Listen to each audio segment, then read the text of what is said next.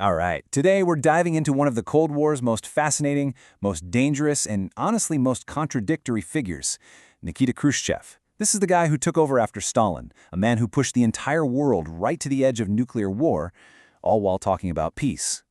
So let's try to unpack the man behind that paradox. You know, if you want to get a handle on Khrushchev, you really have to start with his most infamous line.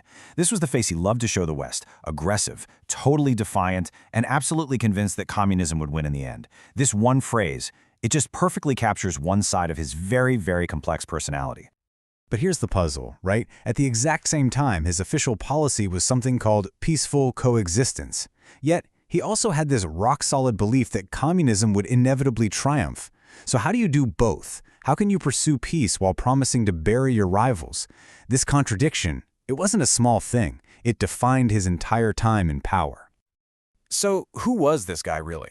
Well, Khrushchev's style was a complete 180 from the rigid, frankly terrifying silence of the Stalin years. He was loud, he was emotional, he was dangerously unpredictable, which, you can imagine, is a pretty frightening combination in a world suddenly armed with thousands of nuclear weapons. And his first huge move on the world stage was a massive gamble: de-Stalinization. Now, this wasn't just some minor reform. This was a high-stakes bet that would completely change the rules of the Cold War. So what even was de-Stalinization? Well, basically it was the process of trying to undo the most brutal parts of his predecessor's rule. And the whole thing kicked off with his famous 1956 secret speech where he stood up and just shocked the entire communist world by denouncing Stalin's crimes and his so-called cult of personality, an absolutely unheard-of move. The fallout from this was immediate and, well, explosive. See, by cracking the very foundation of Stalinism, Khrushchev unleashed all these forces he just couldn't control.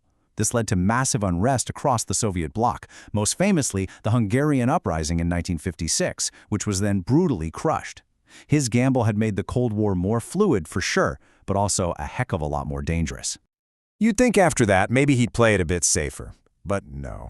After that first big gamble, Khrushchev only upped the ante.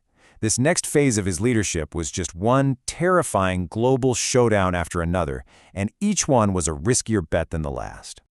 And look how fast it all happened. It starts with an ultimatum over the city of Berlin in '58. Then comes the U-2 spy plane incident in 1960, which was a huge embarrassment for the U.S. Then, of course, the construction of the Berlin Wall in '61. It was all building year after year to the ultimate confrontation in 1962. And that, of course, was the Cuban Missile Crisis, the moment the whole world just held its breath. But it's so important to remember this wasn't just a random act of aggression. The U.S. was responding to Soviet missiles in Cuba, yes, but Khrushchev put them there to counter American nuclear missiles that were already stationed in Turkey, right on the USSR's border. It was this terrifying game of strategic chess. Thankfully, the world survived, but the aftermath was complicated. The crisis scared everyone so badly that it actually led to some good things. The famous hotline was set up between Moscow and Washington, and a new push for arms control began. But for Khrushchev personally, being forced to back down made him look weak back home, and that political damage would cost him dearly. Now, Khrushchev's gambles weren't just limited to Europe or direct showdowns with the U.S. No, he fundamentally changed the game by expanding the whole superpower competition onto a truly global stage. His strategy was to align the Soviet Union with all these newly independent nations popping up in the developing world. By supporting decolonization and anti-imperialist movements all across Africa, Asia, and Latin America, he opened up a brand new front in the Cold War and started competing directly with the U.S. for hearts and minds all over the planet. But here's the irony. While he was expanding his influence in one area, another one of his policies caused a huge rupture inside the communist world itself. See, Khrushchev's whole peaceful coexistence idea absolutely infuriated China's leader, Mao Zedong. Mao believed in constant revolution and saw the West as an enemy you could never deal with. This clash of ideas just shattered communist unity, creating a whole new, unpredictable wrinkle in the Cold War. But all of these gambles, the wins, the losses, the close calls, they all eventually took their toll. And that brings us to his final act, his downfall, and the incredibly complicated, paradoxical legacy that he left behind. So, why was he just kicked out of power in 1964? Well, it was a mix of things. The Politburo, the top guys in the Communist Party, they just got sick of his erratic, unpredictable style.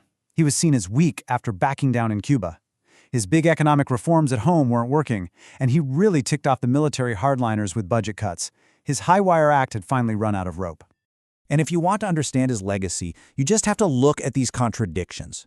This is the guy who built the Berlin Wall, a brutal symbol of repression. But he's also the guy who established the hotline to prevent war. He risked nuclear annihilation over Cuba, but then the very next year he signed the Nuclear Test Ban Treaty. He somehow managed to crank up the tension of the Cold War and also cool it down, sometimes at the very same time. So we're left with this huge question. Who was Nikita Khrushchev? Was he a reckless gambler who nearly destroyed the world? Or was he actually a pragmatist, a reformer who was just trapped by his circumstances, forced to change the rules of a deadly, deadly game? The answer, just like the man himself, is anything but simple.